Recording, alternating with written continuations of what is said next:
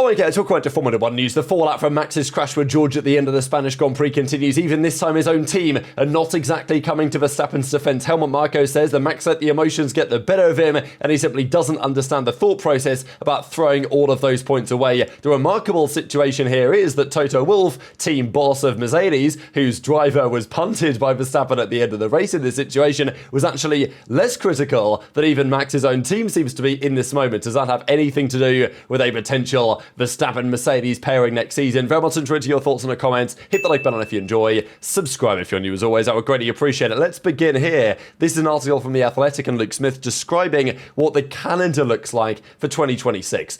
These are the highlights that are worthy of note, but due to Ramadan, again, we will be, believed, starting in Australia. So there's a few things about the calendar they're changing for next year. Australia is expected once again to open the season as it did this year. The big change to next year's calendar, because most races are going to be the same, is around Canada and the European stints. As we know right now, the European stint begins, and then in the middle of June, we go to Canada for one Grand Prix weekend, and then we go back again. That has been the cause of some debate in recent years, certainly given it F1's whole thing about being sustainable and, net zero, and all the things they like to talk about because it sounds good, but also it makes more sense for the teams to be able to just stay in one spot for a few Grand Prix in a row, and Canada's always been a bit of a question mark there. So apparently they have agreed that Canada will move earlier in the calendar, and Monaco will move later. So Montreal was eager to keep the traditional date for various reasons,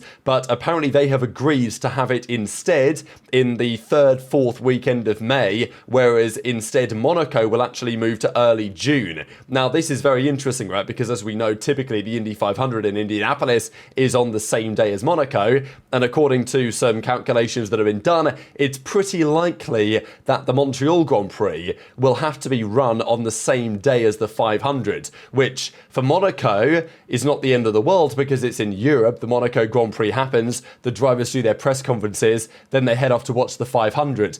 If it was happening in Canada instead, they would have to clash. There's really no other way about it. Like, the races would clash. And, whether that's a good or a bad thing probably depends what your opinions on, the relative motorsports are. But I don't think it's a good thing having a Grand Prix clashing with the 500 for fans of either series, but it is what it is, according to rumours.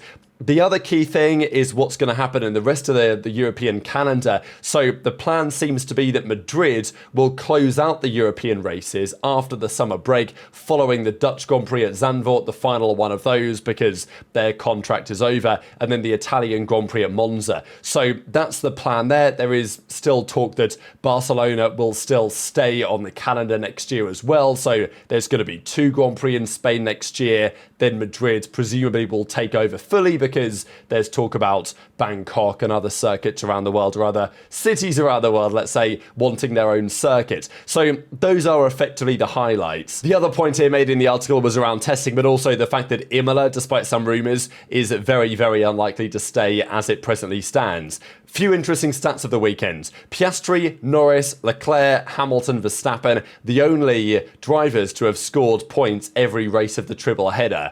And Isaac Hadjar, who's done a sensational job, of course, in the Racing Bull. Maybe too good of a job if some fans don't want him to get that Red Bull demotion, some would call it. Couple of quick things on Ferrari. It seems that it's finally recognised in Ferrari's heads that they ain't winning the championship this year. I think we frankly knew that since, Bahrain, maybe probably earlier. But look, the SF25 is at its limit. Leclerc got another podium this weekend, did a great job to secure it, but again was lucky because the pace in the Ferrari wasn't really there. Hamilton had some damage from his second stint and beyond, that's what they say anyway, to the floor.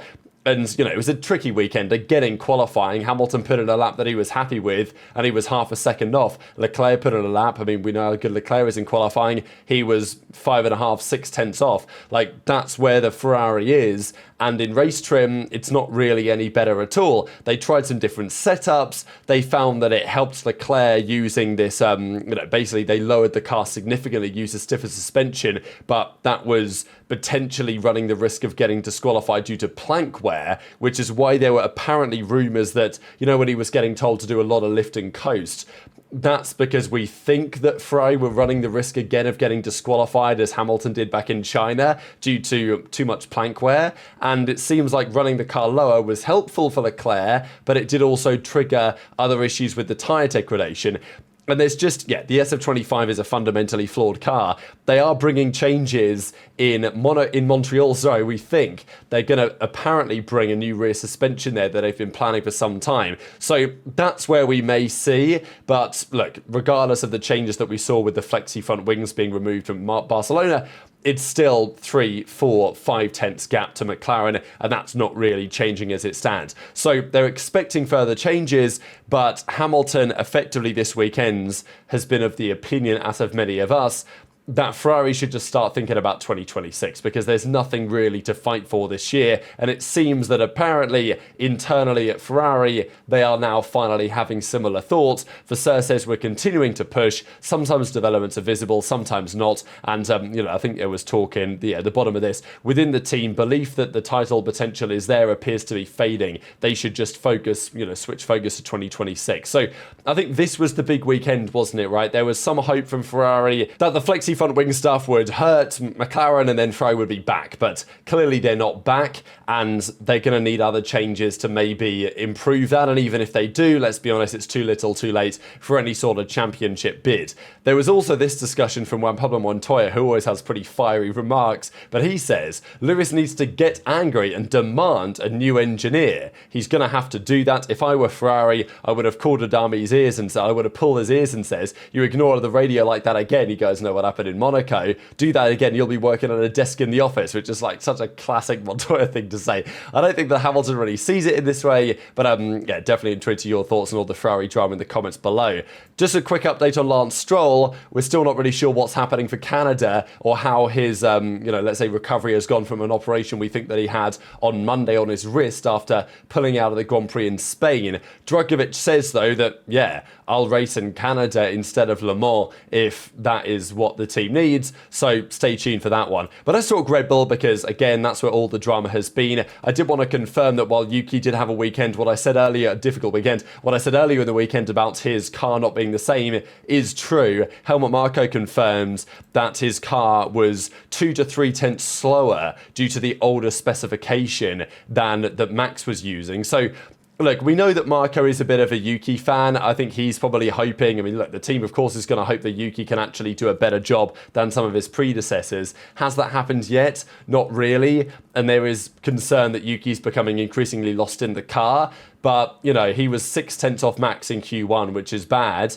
But also, if his car was actually 2 to 3 tenths slower than otherwise, then, he would have been within a couple of tenths about where you'd want him to be. So, not want him necessarily, but where Red Bull would expect him to be, I suppose.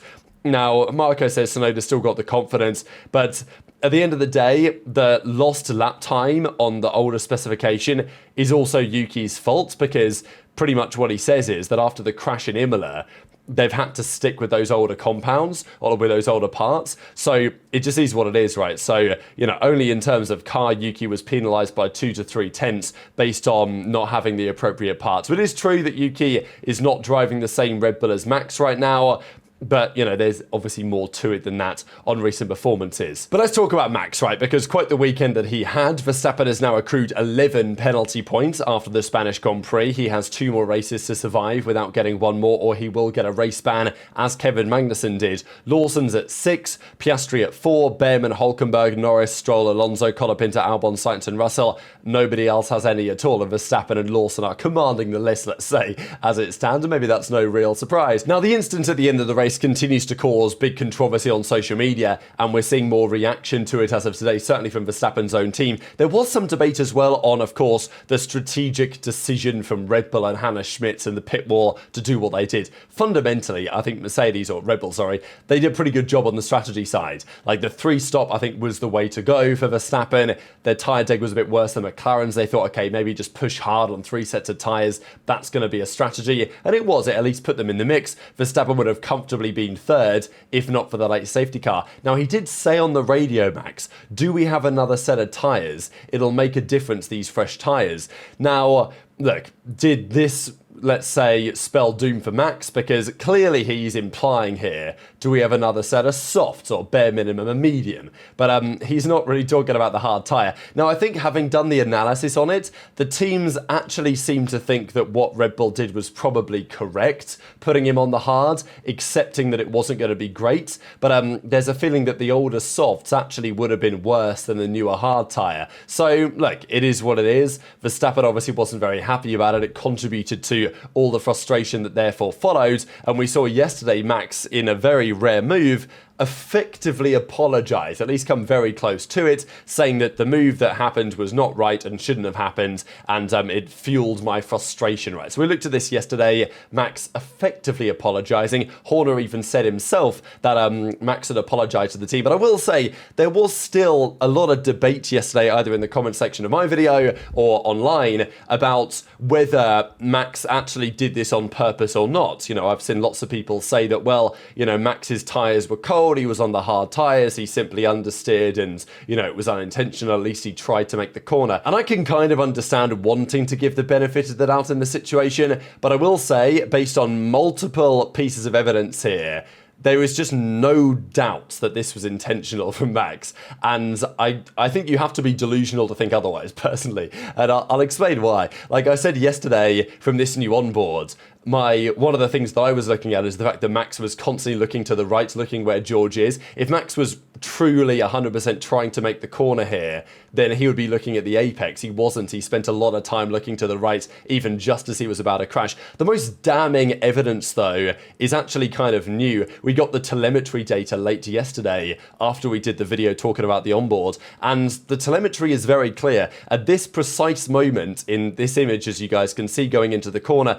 Max is on, this is just as he hits the brakes, he's on 70-ish% throttle, maybe even more, coming into the braking zone of the corner. Now, it's worthy to note that this is George Russell at the same moment, not on the throttle at all. Now, of course, he's coming from a higher speed, but, you know, this is well and truly into the braking zone for George here. Like, he started braking significantly before this, and Max is past the 50-meter board at 70% throttle. Like, there's just no way. And you can actually see it on the overhead as well. Like, if you look at it from, I'll just play this in repeat a couple of times. So as George goes past, you can clearly see right there, Max accelerates. So you can see it clear as day from this angle, how, you know, Max hits the accelerator right there. I mean, I'll play it a couple of times again for you guys to see it, but there's just like, this is exactly the moment that it happens. If Max is trying to let him pass, then that does not happen. That little acceleration there, that little 70% throttle, and that's, I mean, this is the 50-meter board right here. So for Max to just get that little boost of acceleration just coming up to the corner, he then, of course, looks to the right-hand side as he's about to crash into Russell. Like, look, Max hasn't even, if this was unintentional, if the tyres were cold, if it was just a miscalculation, Max would have said it in the post-race, right? But he didn't. He didn't really try and defend his actions, right? So, you know, I don't think there's any doubt on this issue as to what we saw here, and therefore there's been lots of reaction to it from multiple parties. We've seen Damon Hill say maybe he thought that he'd done enough to satisfy the giving back the place bit, but I mean, he kind of thought that because the ruling is now, and has been for some time, if you give the place back, you have to yield position, and then at least 2 corners have to go by before you can then re-attack again, which is why when Verstappen eventually let Russell through, he let him through on that turn 12, because then, you know, turn 13, turn 14, you follow, then you can potentially overtake back down the straight. So that was, you know, that's where you give the place back if you're trying to be smart about it. You know, there's just no world in which that was his thought process. I don't know, like, it's just clear that Max just saw red and he decided that he was going to crash into George. Like, I don't see any other way to read it. I don't think this is biased. I just think this is based on the evidence that we have in front of us, and also some historical information as well when it comes to Max Verstappen and the type of character that he is. I'd also still stand by my opinion, by the way, that this was not even that bad when compared to Mexico last year. I think Mexico's one last year, sending it down the inside as he did there, completely off the track, forcing Lando off. You know, that in many respects I thought was even worse. It's just on that occasion they just didn't make contact. So, whereas on this occasion they did. Look, I mean, it is what it is. Damon Hill says the rest was over the top as usual with Max. We have Johnny Herbert, who of course been controversial when he was an FIA steward, but he says that Max should have been disqualified. That's Nico Rosberg's perspective as well. He's been very committed to that assessment, that he thinks it was a deliberate crash into another driver. And look, if you deliberately crash into another driver, you know, as far as I'm concerned, the bare minimum penalty should be 10 seconds stop and go, or at least a drive-through, right? Like, I think if you crash into another driver on purpose, like, you should get a drive-through. Like, I think that should be the minimum. And then the maximum, if it's like you literally crash into your championship rival to take him out, as we have seen before, then you're talking, you know, disqualification, then you're talking bans, stuff like this. You know, look, this was not a fight for a win. This is not necessarily a fight for a championship. But look, the evidence to me, especially the new telemetry data and the onboards and what the drivers have said, seems to indicate this was an intentional move, and therefore there's big questions on what the repercussions should be. Now, I thought this is interesting. Norbert Haug, a former Mercedes guy, he talked about it and said that he was blown away that Verstappen would lash out like that. At least he apologised today, which he kind of did. I'd expect Max to say, I apologise to George, I apologise to the FIA for my misconduct, and to all the fans who were watching. Now, first of all, Max is never going to do that, and second of all, what I find entertaining about this is the fact that his own team boss, George Russell's team boss, Toto Wolff, who you would imagine would be the most vehemently critical of Max Verstappen in this moment, said at the time, you'll have to check the telemetry. If he did it because he moved in anger, it's not good. It looked like an angry taxi driver manoeuvre. And then he went on to say, Toto, that if it was road rage, which I can't imagine because it would be too obvious, then it's not good. But what was he aiming for? Was he trying to play the DRS games? But we know that that wasn't really true. For me, it's incomprehensible. But again, I don't know what the motivations were, and I don't want to jump on it and say this was road rage, etc. Let's see what his arguments are. So, you know, it was just interesting. Like, after the race, Toto was not defending Max precisely, but he certainly wasn't going all in on Max, as potentially he could have done. That's why sometimes these greats don't recognise the world is not against you. It's just you who has made a mistake or screwed up or whatever. So, you know, there's a feeling from Toto, certainly a feeling from myself, that Toto was maybe not as critical of Max as he could have been, because there's probably still a world where he thinks about swapping those drivers next year. And this was the statement from Helmut Marko, because, you know, as I said the other day, and I still stand by this really, often when Max does something wrong, the team will justify or stand by it or whatever. And look, that's, I think, contributed to the situation that we find ourselves in today. But on this occasion, Marko was, I would say, surprisingly critical of Max. Like, he was more critical than Toto was. I think that's the way that I read it anyway. So Marko says that on the straight, I would say that Leclerc drove into Max's car. Then came the situation with Russell, and Max knows the regulation, so he wanted to stay ahead. This is also what I said in the video on Sunday, that, in my opinion, Red Bull were doing the cost-benefit analysis, and they were saying, well, either we give the position back and we lose a couple of points, or we don't give it back and we lose a load of points because we're going to get a penalty for it. And the internal discussion, it seems, at Red Bull was that they weren't sure. They thought it was 50-50 whether he had to give it back or not, and therefore doing the cost-benefit analysis. If there's 50% chance you get the same points as you would, if there's 50% chance that you lose a boatload of points, or 100% chance of you losing like 2 points, then, you know, technically it makes sense just to give the position back. But obviously they didn't consider the Max Verstappen factor and the fact that that would, you know, rather annoy him. And, you know, so then he goes on to say Max lifted off the throttle, so we all assumed he was letting Russell through. Then suddenly he accelerated again, which we saw. You know, there's no disputing it. I don't know what that kind of misjudgment or thought process was going on inside of him. And then, as they say, all hell broke loose. And it goes on to say there have already been issues in the past. It was unnecessary, lots of points lost. But because of all the instant and wrong decisions that unfortunately happened, emotions simply got the better of him. So, you know, and then he also said, and don't forget, he's already got a bit of a feud going on with Russell, as we very well know.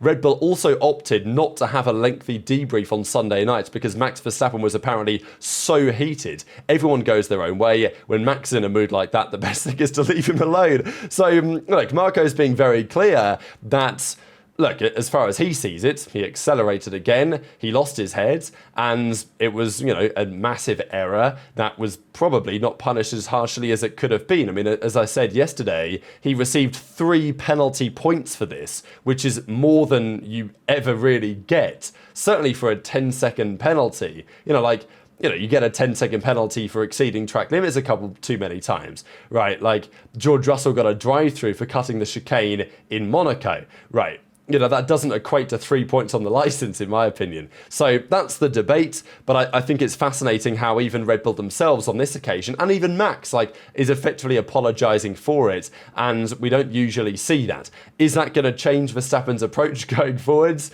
I don't think so. I think Max Verstappen is Max Verstappen, and at the end of the day, when he's in a car that isn't the fastest, he's going to have 1 or 2 Grand Prix a season that are like this. That's how it is, and it makes it entertaining for us at home, whatever your guys' perspective is, because Max is, an unbelievably talented driver, and both sides of the equation are satisfied with Max. You want to see a driver, drive some of the best races and overtakes and moves and executions and clutch you'll ever see in your life. Watch Max Verstappen. You want to see some chaos. You want to see someone lose his head when things aren't going his way and say some crazy stuff on the radio. Watch Max Verstappen. So very much intrigued to your thoughts in the comments. Hit the like button if you enjoyed. Subscribe if you're new. Take care. And I'll see you next time.